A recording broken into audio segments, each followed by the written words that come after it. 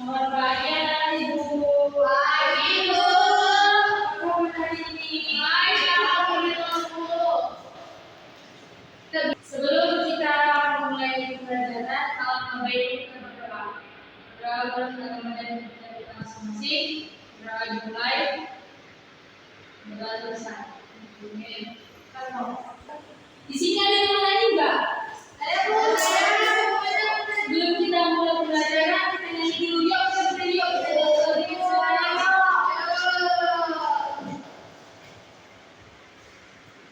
Terima kasih kepada anak Ibu. Ibu silakan duduk. Terima kasih, Bu.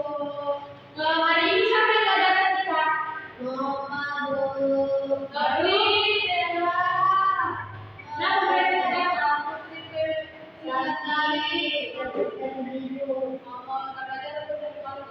Sudah kita doakan semoga besok dia akan datang kembali bersama-sama dengan kita ya Ibu ya. Tema kita hari ini diambil dari tema 5 yaitu tentang wirausaha dengan subtema 2 tentang usaha di Serikaku.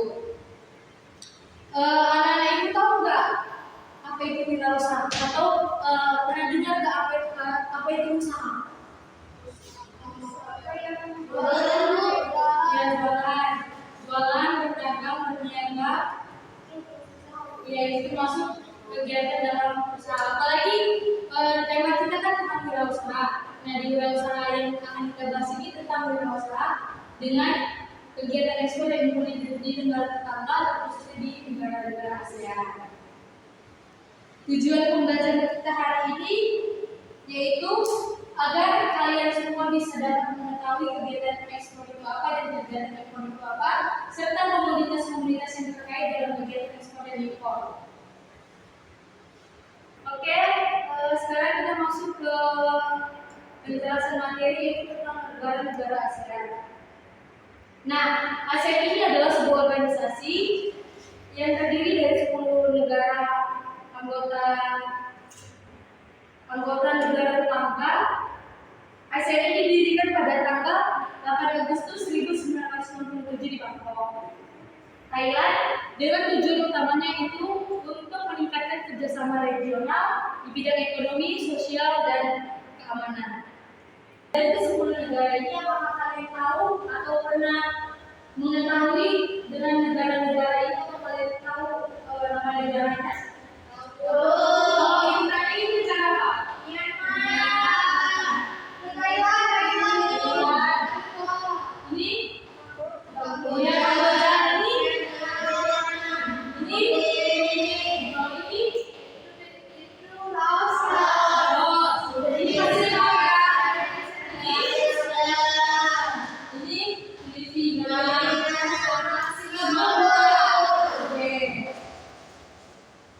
Di sini ada tentang Indonesia. Indonesia adalah negara yang kaya budayanya, padat kerja, dan waris budaya beragam. Indonesia memiliki kepulauan dengan lebih 17.000 pulau yang terdapat di Asia Tenggara antara Samudra Hindia dan Pasifik. Selanjutnya di sini ada Malaysia. Malaysia adalah negara yang dengan beragam budaya dan sejarah yang dinamis. Malaysia memiliki 879 pulau yang terdapat di Asia Tenggara, tepatnya di utara garis khatulistiwa. Selanjutnya ada yang ketiga, Singapura. Singapura adalah negara yang dinamis dan beragam yang terletak di Asia Tenggara. Singapura memiliki 64 pulau di Asia Tenggara yang terdiri dari 1 pulau panjang dan daratan Singapuranya. Selanjutnya ada Filipina. Filipina adalah negara kepulauan di Asia Tenggara terdiri dari 7.000 pulau yang terletak di bagian barat Samudra Pasifik. Selanjutnya di sini ada Thailand. Thailand adalah negara Indonesia, negara yang terletak di Asia Tenggara. Thailand juga memiliki 1.430 pulau yang terletak di antara benua Australia dan daratan utama Tiongkok. Selanjutnya di sini ada Brunei Darussalam. Brunei adalah negara kecil yang terletak di Asia Tenggara. Brunei memiliki 33 pulau yang terletak di Pulau Borneo, Kalimantan. Nah, selanjutnya anak Ibu di sini ada tentang Vietnam. Vietnam itu adalah negara yang panjang dan yang sempit yang berbentuk seperti S. Vietnam terletak di Asia Tenggara, tepatnya di semenanjung yang memiliki 4.000 pulau. Di sini ada Kamboja. Kamboja adalah sebuah negara berbentuk monarki konstitusional di Asia Tenggara. Kamboja memiliki 60 pulau yang terletak di semenanjung Indonesia dan Cina. Di sini ada Myanmar. Myanmar adalah negara Asia Tenggara dengan budaya dan sejarah yang kaya. Myanmar memiliki 8 pulau yang seperti bagian barat dan daratan Asia Tenggara. Dan ini adalah urutan terakhir dari negara-negara ASEAN, yaitu tentang Laos atau negara Laos. Laos merupakan negara terbatas laut di Asia Tenggara yang tidak memiliki kepulauan sama sekali yang terletak tepatnya di tengah timur. Ibu, itulah penjelasan materi kita tentang negara-negara ASEAN. Di sini ada yang mau bertanya? Bu. Ya, Ibu silakan satu dulu, Ibu Citra. Jadi Bu, di negara ASEAN itu mulai terbanyak itu di negara mana? Oke, Ibu akan jawab. Pulau terbanyak itu terdapat di negara Indonesia karena negara kita memiliki 13.000 pulau. Ya, kita sangat luas. Sebenarnya kita memiliki banyak sekali pulau. Selanjutnya siapa yang ingin bertanya? Ya, Indah. Bu, silakan. Kenapa Bu? ASEAN itu semacam negara Asia Tenggara dulu. Oke, di sini Ibu akan jawab yang tidak. Kenapa? Apa tadi? ASEAN itu hanya di negara Asia Tenggara. Oh, kenapa ASEAN itu terbentuk hanya untuk negara-negara Asia Tenggara?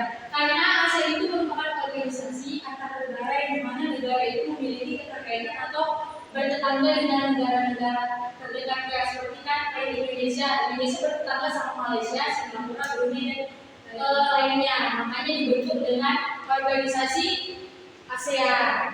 Begitu. Ya. Tadi kan negara ASEAN kan ini negara yang di Asia Tenggara kan. Kenapa Timor Leste nggak termasuk dari bagian ASEAN? Oke, terima kasih Ibu Nuni. Timor Leste itu sebenarnya termasuk ke dalam wilayah Indonesia, tapi mereka lebih tepatnya ingin memisahkan diri dan membangun negara sendiri sehingga terbentuknya negara Timor Leste. Jadi kalau Ibu menyampaikan, Ibu paham?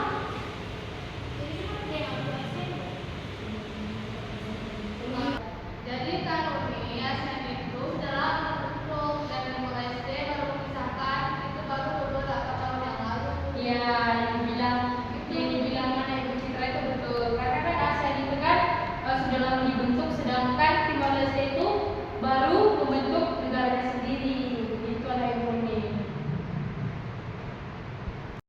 Nah, tadi kan kita sudah membahas tentang negara-negara ASEAN-nya. Selanjutnya kita akan membahas tentang kegiatannya.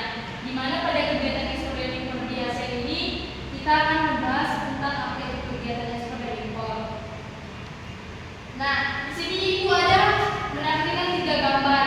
Ibu, apakah kalian tahu usaha atau gambar yang ada di dalam yang di papan tulis ini? Ini usaha apa? Kopi. Ini? Ini?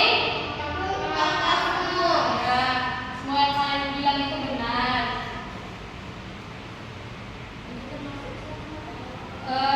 Ketiga gambar tadi termasuk ke dalam usaha yang ada atau yang pernah kalian lihat di lingkungan sekitar kalian. Di dalam menjalankan roda perekonomian suatu negara itu tidak dapat berdiri sendiri. Contohnya seperti kita itu harus memiliki bantuan atau dorongan dari negara lain, khususnya tentang perdagangan yang ada di negara ASEAN. Apakah kalian tahu anak-anak Ibu apa itu tujuan perdagangan? Tidak tahu. Oke, di sini Ibu akan menjelaskan ada 3 tujuan antar negara, yaitu tentang perdagangan. Yang pertama itu dapat memenuhi kebutuhan masyarakat, yang kedua meningkatkan pendapatan negara,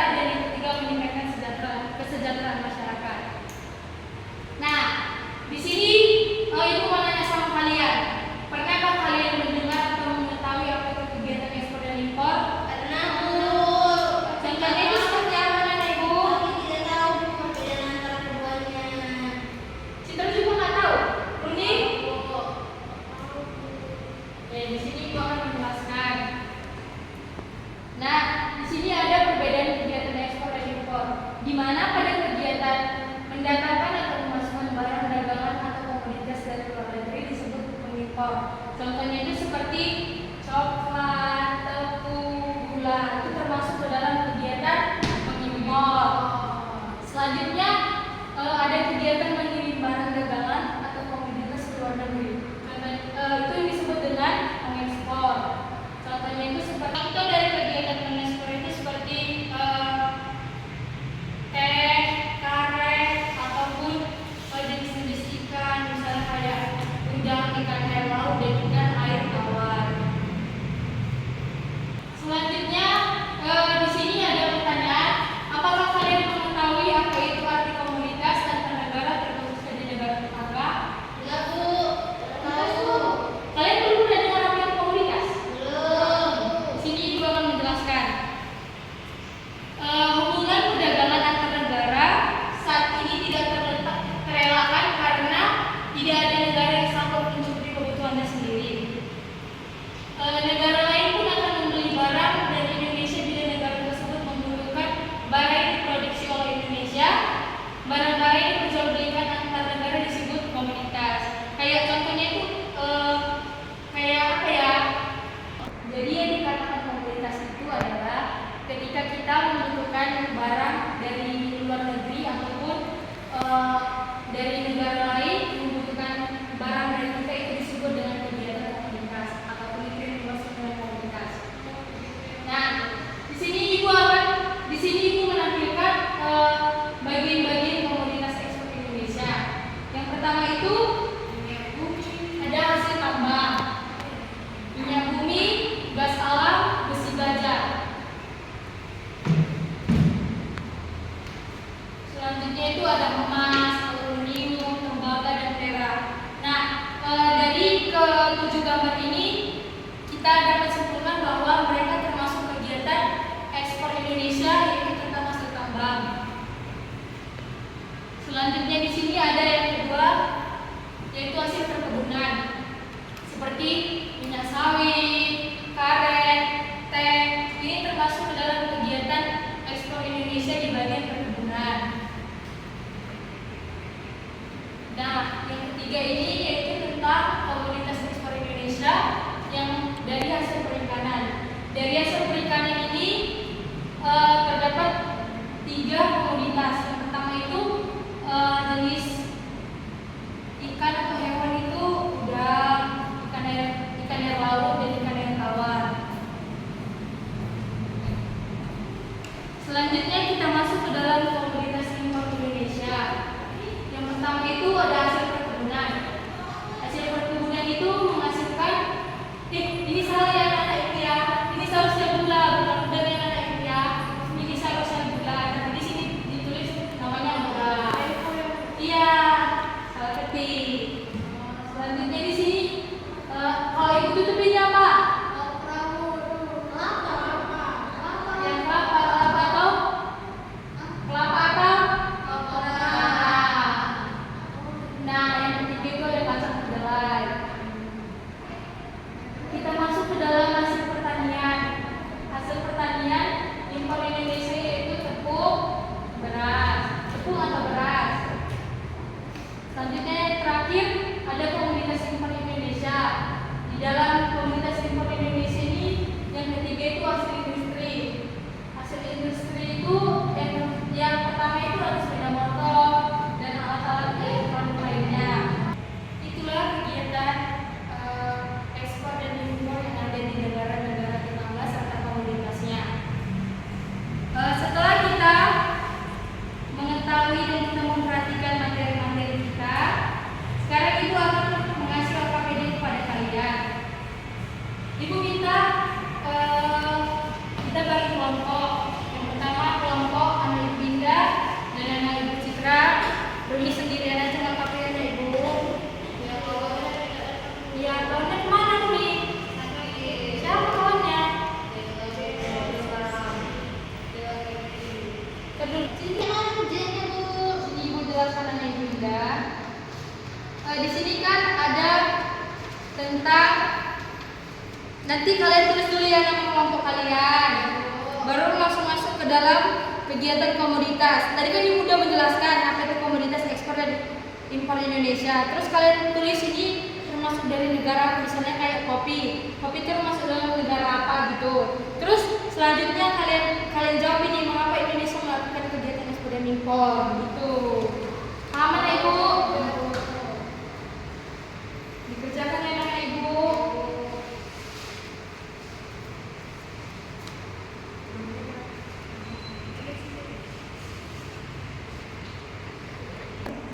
Anak Ibu ini apakah ada yang dipertanyakan?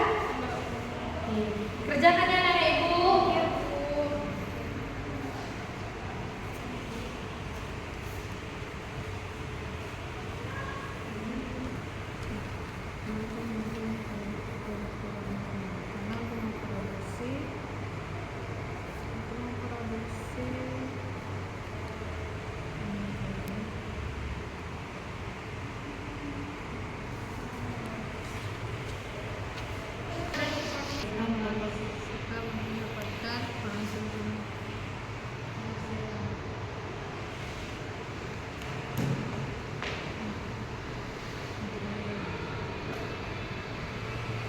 Apa manfaat kegiatan ekspor bagi Indonesia?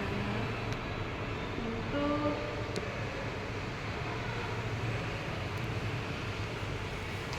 Sudah selesai dulu. Apa boleh siapkan anak Ibu? Ya dulu. Sini Ibu kumpul.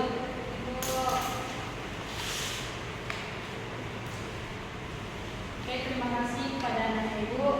Di sini Ibu minta perwakilan satu kelompok itu satu orang untuk membacakan hasil kerjanya. Yang pertama, anak Ibu ini silakan. Mana tadi punya anak itu?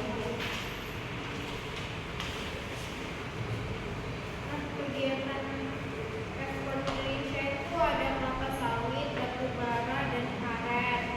Impornya itu ada aluminium, sayuran, dan pupuk. Negara ASEAN itu ada Malaysia, Thailand, dan Singapura. Lalu, mengapa Indonesia melakukan kegiatan ekspor dan impor? Karena bisa saling melengkapi kebutuhan dari setiap negara dan meningkatkan pendapatan. Kedua, apa manfaat kegiatan ekspor bagi Indonesia?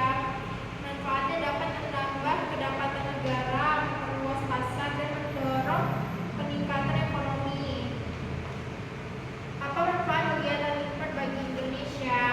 Dapat barang dan jasa yang sulit diproduksi, mendapatkan bahan baku, dan menciptakan lapangan pekerjaan. Terima kasih anak Ibu. Ibu persilakan dulu. Kita kasih aplaus dulu buat Runi. Selanjutnya anak Ibu Citra, persilakan. Ibunya Citra, Indah. di sini ada komoditas ekspor Indonesia itu ada kopi, udang, dan kakao. Dan impor Indonesia itu ada beras, gandum, dan tangkap. Negara asalnya itu kopi dari Thailand, udang dari Malaysia, kakao dari Singapura. Mengapa Indonesia melakukan kegiatan ekspor dan impor? Karena untuk menghasilkan kerjasama serta mendapatkan penghasilan untuk negara. Yang kedua, ada apa manfaat kegiatan ekspor bagi Indonesia? Untuk memanfaatkan pendapatan negara, memperkenalkan produk lokal, serta mendorong perekonomian. Yang ketiga, apa manfaat kegiatan impor bagi Indonesia? Untuk meningkatkan pendapatan negara serta dapat memenuhi kebutuhan masyarakat. Terima kasih anak Ibu Citra. Kita kasih aplaus dulu buat Citra. Karena sudah mempelajari apa itu kegiatan ekspor dan impor serta komoditasnya. Dalam kali ini kita dapat simpulkan bahwa kegiatan mendatangkan atau membeli barang itu disebut dengan mengimpor, sedangkan kegiatan mengirim atau menjual hasil produk itu ke dalam ataupun ke luar negeri itu disebut mengekspor. Apakah anak Ibu sudah paham apa itu kegiatan ekspor dan impor? Oke. Selesai sudah perjumpaan atau pertemuan kita kali ini. Sebelum kita pulang,